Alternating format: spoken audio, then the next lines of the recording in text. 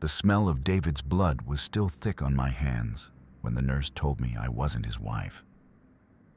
I stood in the ICU hallway, clutching his wedding ring. But a woman I'd never seen before was already inside his room, signing the surgical consent forms. In 60 minutes, the hospital is transferring my husband to a private facility. And once he crosses that door, I will never see him again. The administration doesn't care that we've been married for 10 years. They have a notarized document, signed by David 6 months ago, that says I am a legal stranger. My bank accounts are frozen, my house key doesn't work, and a man with a tire iron is waiting for me in the parking lot to take back the one thing I managed to steal: David's encrypted phone. I thought I knew the man I shared a bed with. I didn't. I was just the secondary life. Let me take you back to where this began. The scent of industrial bleach and burnt coffee clung to the air in the Hartford Memorial Surgical Wing. Sarah Miller gripped her leather purse, the strap digging into her shoulder as she approached the reception desk. Fluorescent lights hummed overhead, vibrating against the sterile silence of the corridor. She reached up to her neck, her fingers finding the small, silver stopwatch hanging there. Click press. The timer began its silent march. She had 30 minutes to get an answer, or the walls of this hallway would begin to close in on her. "David Miller," Sarah said, her voice cracking. She cleared her throat and pressed her damp palms against the laminate counter. "I'm his wife. Is he out of the OR?" The nurse didn't look up from the monitor. Her fingers clicked rhythmically against the keyboard. "Miller, David. Post-op recovery. Consent forms were signed 20 minutes ago." Sarah frowned, tracing the jagged edge of a chipped fingernail. "Signed. I haven't seen a doctor yet." "A family member handled it," the nurse muttered, finally sliding a clipboard across the desk. Sarah's eyes skipped over the medical jargon to the bottom of the page. A sharp, elegant script occupied the signature line: Jennifer Vance. The name sat there like a bruise on the parchment. Sarah's lungs tightened. She recognized the loops of the J, a style that felt alien yet dangerously permanent. "Who is this?" Sarah pointed to the name, her finger trembling. "This woman shouldn't be here. I am Sarah Miller. I am his wife." The nurse sighed, adjusted her glasses, and pointed toward the waiting room. "The lady claimed power of attorney. She's by the windows." Sarah turned. Through the glass partition, a woman in a tailored charcoal coat stood silhouetted against the rainy streetlights. Jennifer Vance held a wedding ring in her palm, David's ring, tossing it upward and catching it with a practiced, rhythmic snap. Sarah's pulse hammered against her throat. The world felt like it was tilting 30 degrees off-center. She stepped toward the heavy swinging doors, the hospital air tasting like cold metal on the back of her tongue. The transition from the hallway to the waiting area felt like stepping into a vacuum. Jennifer Vance turned as the doors hissed shut. She was younger, her eyes wide and watery, her hair twisted tightly around her index finger. When she saw Sarah, she didn't flinch. Instead, she straightened her posture, mirroring Sarah's rigid stance. "You need to leave," Jennifer whispered, her voice a soft tremor that didn't match the steel in her eyes. "I've already spoken to the surgeons. David is resting." "Resting?" Sarah's voice rose, echoing off the linoleum. "He's my husband. We've been married for 10 years. You are a name on a piece of paper I've never seen." "I'm sorry," Jennifer said, the word falling flat as she bumped her hip against a plastic chair and reflexively apologized to the furniture. "I'm so sorry, but the hospital records are very clear. I am the primary contact. I am the one he chose." Sarah lunged toward the desk, her heels clicking like gunshots on the floor. She demanded to see the administrator, her heart rate sinking with the green jagged line she could see on a distant monitor through a cracked door. The head nurse, a woman named Brenda with a stethoscope tilted at a weary angle, stepped between them. Brenda reached into her pocket, pulled out a foam stress ball, and pressed it into Sarah's hand. "Squeeze this," Brenda murmured, her eyes swimming with a professional kind of pity. "Honey, I checked the digital files myself. Jennifer Vance brought in a marriage certificate from a courthouse in Massachusetts dated 3 years ago. It's logged, it's scanned, and it's legally unassailable as far as our billing department is concerned." The words hit Sarah like a physical blow to the solar plexus. The silver stopwatch against her chest felt heavy, a lead weight marking the seconds of a life that was dissolving. She tried to push past Brenda, her mind screaming that this was a mistake, a clerical error, a nightmare born of the gray Hartford fog. But as she reached the door to the ICU, 2 large men in Navy uniforms stepped into her path. Their badges gleamed under the harsh lights. "Ma'am, we have strict orders," the taller guard said, his voice a low rumble. "No visitors except the designated kin. Mrs. Vance has requested you be escorted from the wing." "I am Mrs. Miller," Sarah shrieked, but the guards remained like stone pillars. She was a ghost in her own life, a woman erased by a signature. Sarah retreated to a quiet alcove near the vending machines, her breath coming in shallow, jagged gasps. The smell of industrial bleach was so thick she could feel it eroding the back of her throat. She needed to think. She needed a plan. But before she could even open her purse to find her phone, a shadow fell over her. Mark Vance stood in the entrance of the alcove.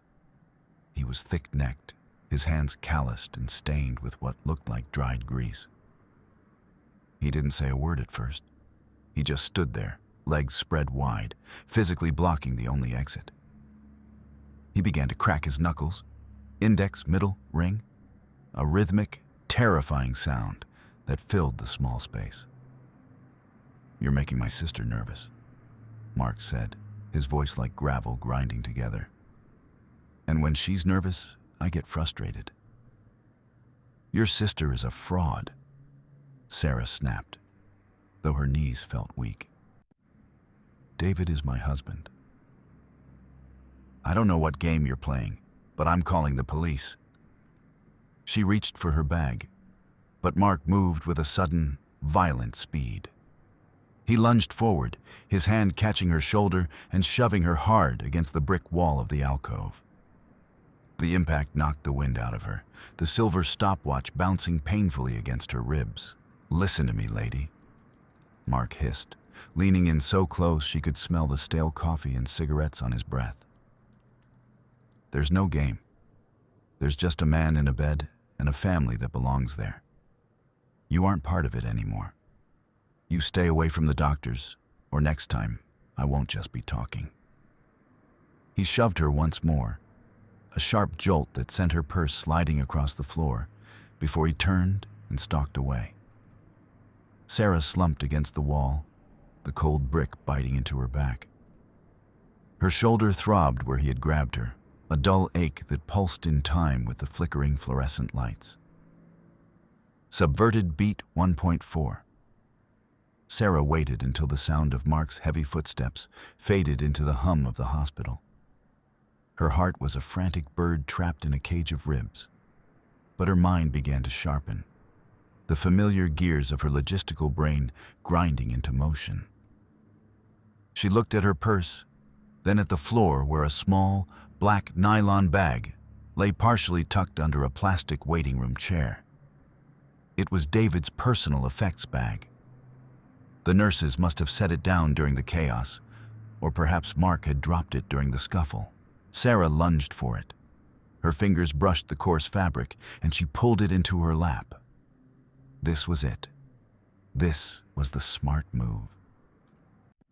Inside this bag would be his wallet, his keys, his real ID, the proof she needed to show the hospital that she was the woman who had shared his bed for a decade. She felt a surge of cold, calculated confidence. She would take this to the administrator, expose the Vance woman's lies, and reclaim her place at David's side. It was the only logical path forward. She unzipped the bag with trembling fingers. At first, it seemed perfect. His gold watch was there, the one she'd bought him for their 5th anniversary. His leather wallet sat at the bottom. She flipped it open, expecting to see their family photo. Instead, she found a picture of David, Jennifer, and a small child sitting on a sun-drenched porch.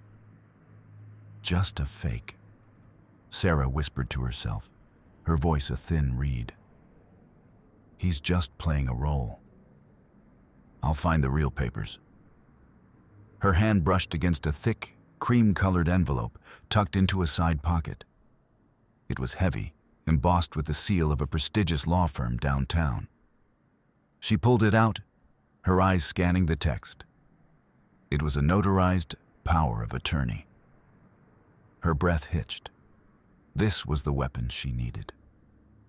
She began to read, expecting to see her own name as the primary agent. But as her eyes moved down the page, the world seemed to lose its color. The document was dated 6 months ago. In clear, bold type, it named Jennifer Vance as his sole legal proxy. But it went further. There was a specific, underlined clause, a revocation of prior standing. It explicitly named Sarah Miller and stated that she was to be barred from all medical decisions, citing a permanent separation of interests. David's signature was at the bottom, the loops of his D and M as familiar to her as her own face. The false positive of finding the bag shattered. She hadn't found the key to her salvation. She had found the lock that was intended to keep her out forever. A nurse walked by, glancing at Sarah huddled on the floor with the papers. Sarah tried to tuck them away, her movements frantic and clumsy. She felt a wave of nausea. She had thought she was being the clever investigator, the wife who would solve the mystery. Instead, she had hand-delivered the evidence of her own erasure. She wasn't just a victim of a mistress.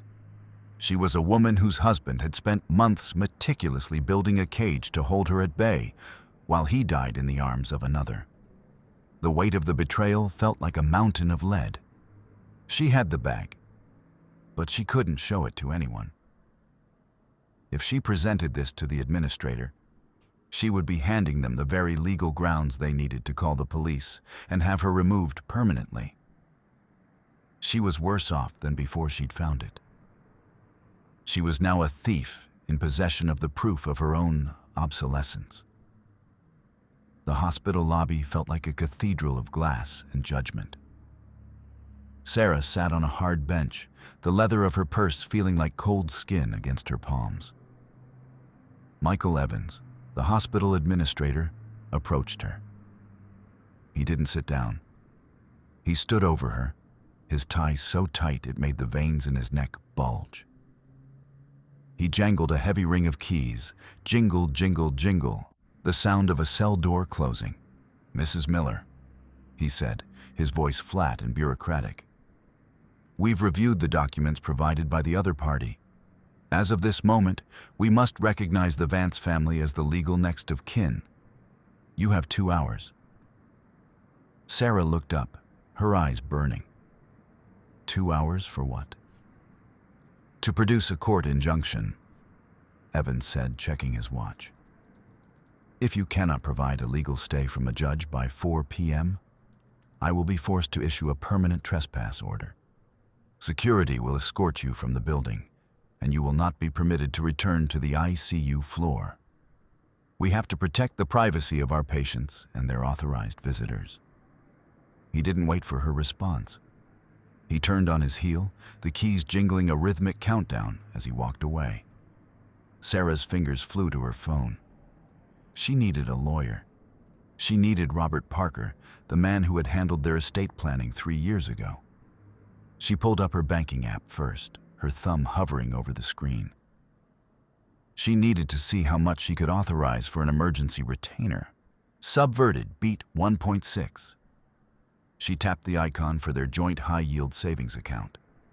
This was the logical move, the foundation of her power. She had managed these finances with surgical precision for years. She knew every penny, every decimal point. With $50,000 in that account, she could hire the best legal team in Hartford and have an injunction on Evans's desk before the 2 hours were up. She felt a momentary spark of hope, a sense of returning control. She was Sarah Miller, and she was the master of the ledger. She entered her passcode. The screen looped for a second, a small white circle spinning against the black background. Access denied. Sarah frowned. She tried again, her fingers moving slower, more deliberate. Maybe she'd mistyped. Access denied. Account closed. Her heart skipped a beat. She pivoted to their primary checking account. Balance, $0. She scrolled through the transaction history, her eyes widening as she saw a series of massive transfers. 3 weeks ago, long before the accident, David had moved every cent of their liquid assets into an entity called Vance Holdings LLC. He hadn't just left her. He had drained the reservoir. No, she whispered, her voice echoing in the empty lobby. That's not possible. I would have seen the alerts. She checked the settings. The notification email had been changed to a burner account she didn't recognize. She tried to call the bank's fraud department, her voice rising in a desperate plea to the automated system. I'm sorry, Sarah. The robotic voice on the other end seemed to mock her. This account was closed by the primary cardholder. To reopen, please visit a branch with the secondary signatory. She was trapped. She had the intelligence to fight. But the fuel had been siphoned away while she was busy checking the price of milk and the timing of the laundry. The realization hit her like a cold wave. David hadn't just planned for his death. He had planned for her poverty. By trying to access the money, she had alerted the bank's security system, and now her own credit cards, the ones tied to the joint account, flashed red on her screen as deactivated. She sat in the middle of the hospital, surrounded by millions of dollars of medical technology, and realized she couldn't even afford a cup of coffee from the vending machine. The smart move, relying on her financial security, had revealed that she had no security at all. She was more than just a woman without standing. She was a woman without a cent to her name, standing in a building that was about to throw her into the rain. The air in the hospital impound lot was thick with the smell of stagnant gasoline and damp concrete. Sarah moved through the rows of mangled steel, her breath hitching as she saw the remains of David's silver sedan.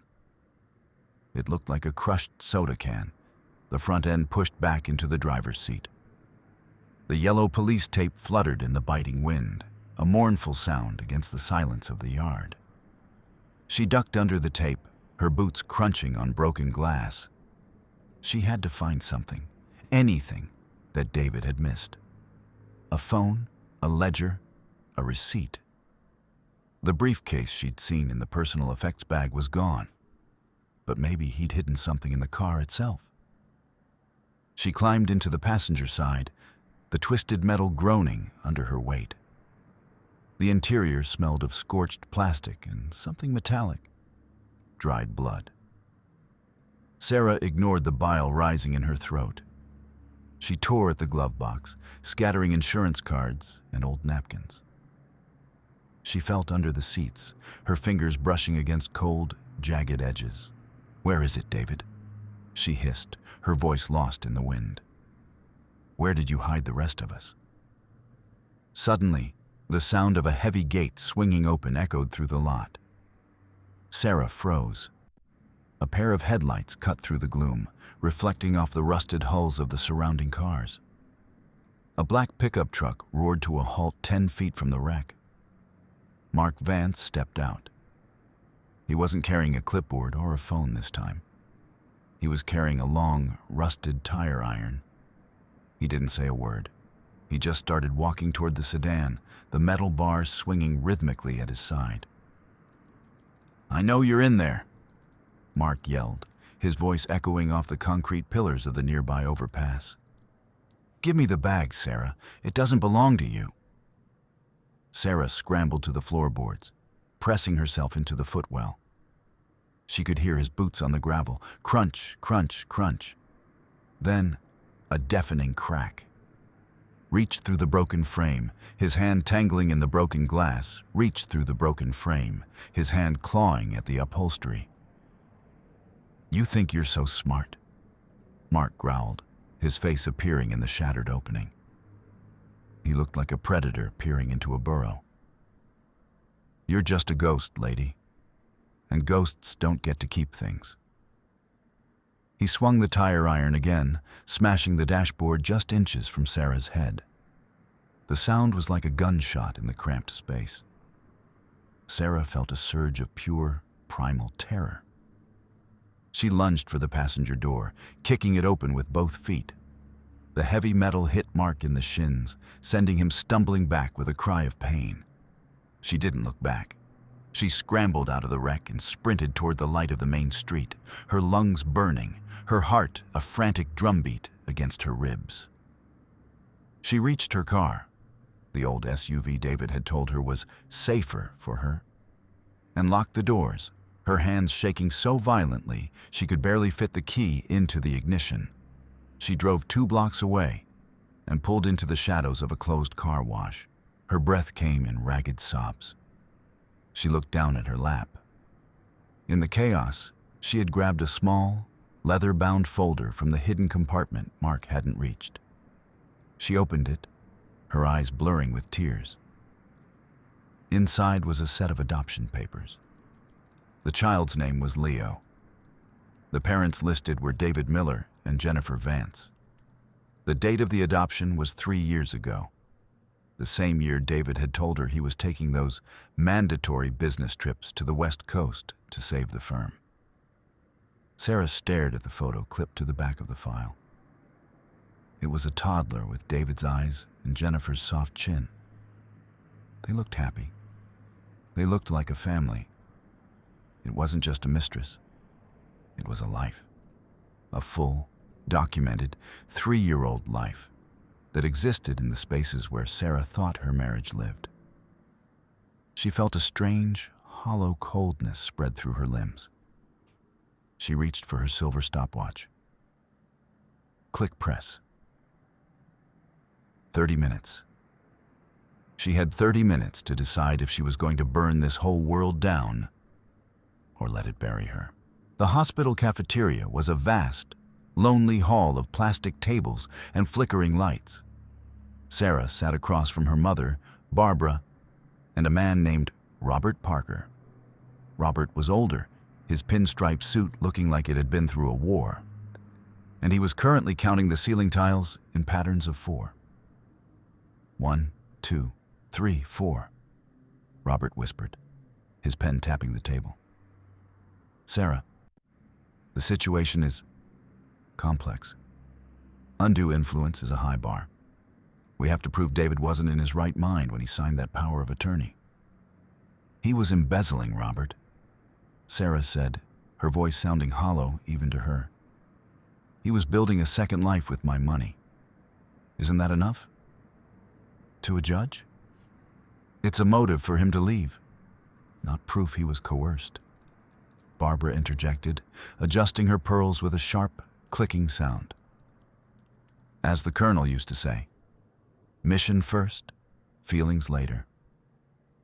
"We need a tactical advantage, not a sob story." Sarah looked at the adoption papers spread on the grease-stained table. "He has a son, a 3-year-old son, which gives the Vance woman even more standing," Robert said, finishing his fourth sip of water. The law tends to protect the household with the child. If we want to freeze her out, we need to find a crack in their marriage or proof that the power of attorney was signed under duress. Otherwise, she has the keys to the kingdom. Sarah stood up, the chairs screeching against the floor. I need to go. I need to get into that condo in Boston. The key I found. It has to lead to something more than just photos. She walked out into the parking garage, the heavy, stagnant stench of gasoline filling her lungs. The low concrete ceiling felt like it was descending, pressing the air out of her.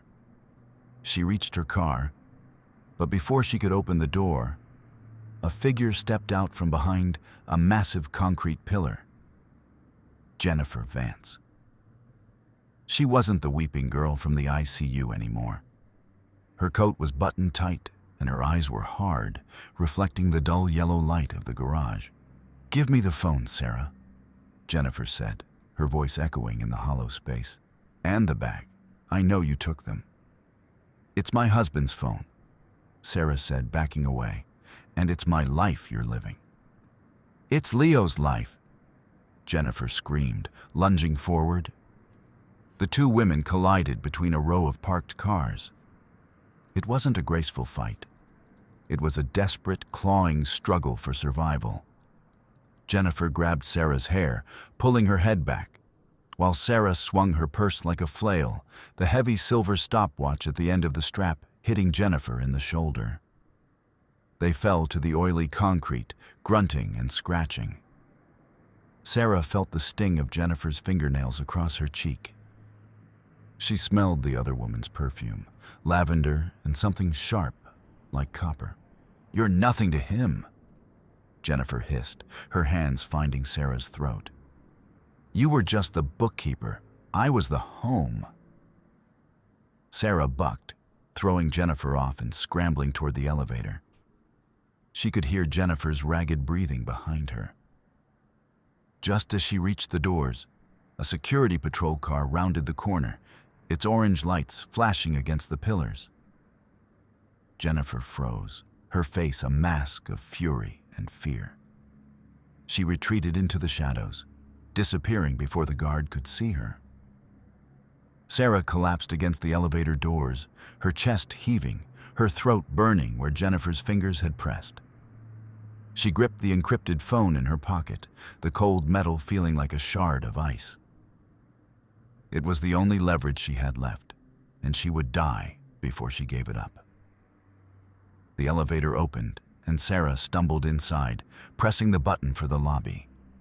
Her mother was waiting there, her face pale. Sarah, we just got word, Barbara said, her hand trembling as she adjusted her pearls. Elena's lawyers. They served Robert. They found the filings, Sarah. What filings? The divorce, Barbara whispered. David filed for a quiet divorce in Nevada 6 months ago. The decree was finalized last month. You aren't his wife, Sarah. Legally, you're a stranger. You have no standing to sue, no standing for medical decisions, and no claim to the estate. The world finally stopped tilting. It simply fell away. Sarah stood in the middle of the hospital lobby, a woman without a name, without a home, and without a husband, while the man who had erased her lay dying 3 floors above, protected by the law he had used like a scalpel to cut her out of his existence. The hospital administrator, Michael Evans, appeared at the end of the hall. He didn't look at Sarah. He looked at the clipboard in his hand. The transfer is scheduled for 6 p.m., Evans said to a group of nurses. Mrs. Vance has selected a private facility in the Berkshires. Full DNR is in place. We begin the transition now. Sarah watched as the gurney was wheeled out of the ICU. David looked small under the white sheets, his face pale, his jaw still set in that arrogant line. Jennifer walked beside him, her hand on his arm, the real wife leading her husband into the shadows. Sarah didn't scream. She didn't cry. She reached up and clicked her stopwatch. Click press. She turned and walked out of the hospital, into the biting New England wind. She had one place left to go. The Boston condo was a masterpiece of false comfort. Polished marble, high-end finishes, and a smart home system that hummed with a high-pitched electronic buzz. Sarah sat at the glass-topped desk, David's laptop open in front of her. She used her marketing brain, the part of her that understood branding and crisis management. She didn't try to hack the system, she guessed the passwords. Sarah, 10th anniversary, failed. Leo, first steps, failed.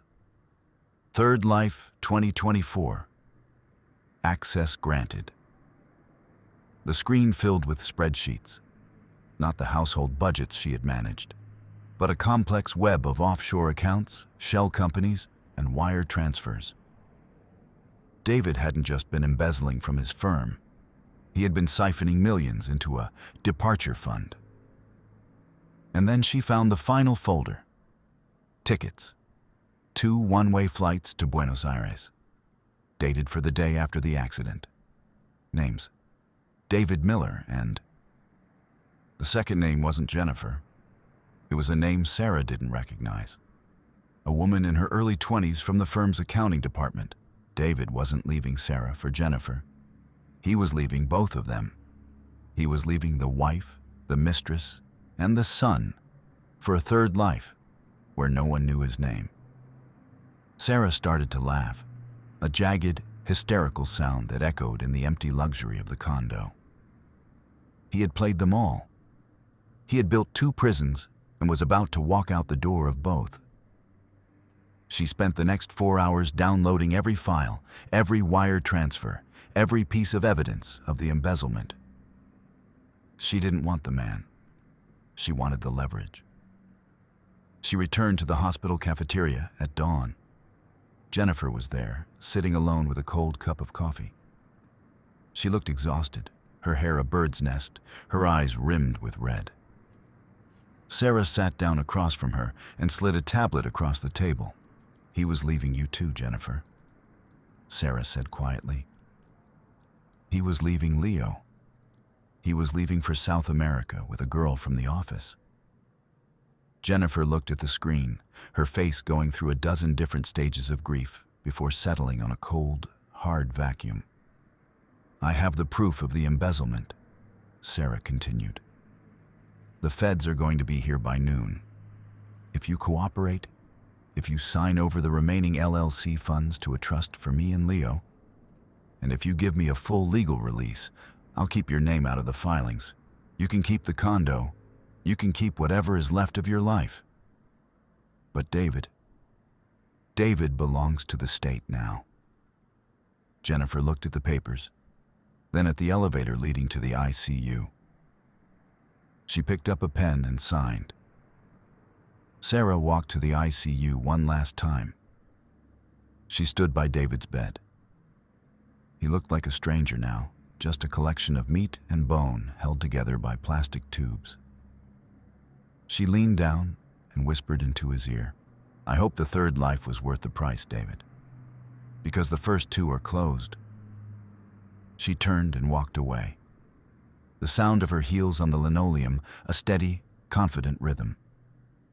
She passed the administrator, who tried to hand her a trespass order. She took it, tore it into 4 pieces, and dropped it into the trash. She exited the hospital into the crisp, cold air. The sun was rising over Hartford, turning the gray soot of the buildings into a pale, flickering gold. Sarah reached for her neck, unhooked the silver stopwatch, and tossed it into the gutter. She didn't need to count the seconds anymore. She was finally out of the closet, and this time, she wasn't waiting for anyone to come find her. She got into her car, turned the key, and drove toward the horizon, leaving the wreckage of 2 lives behind in the rearview mirror.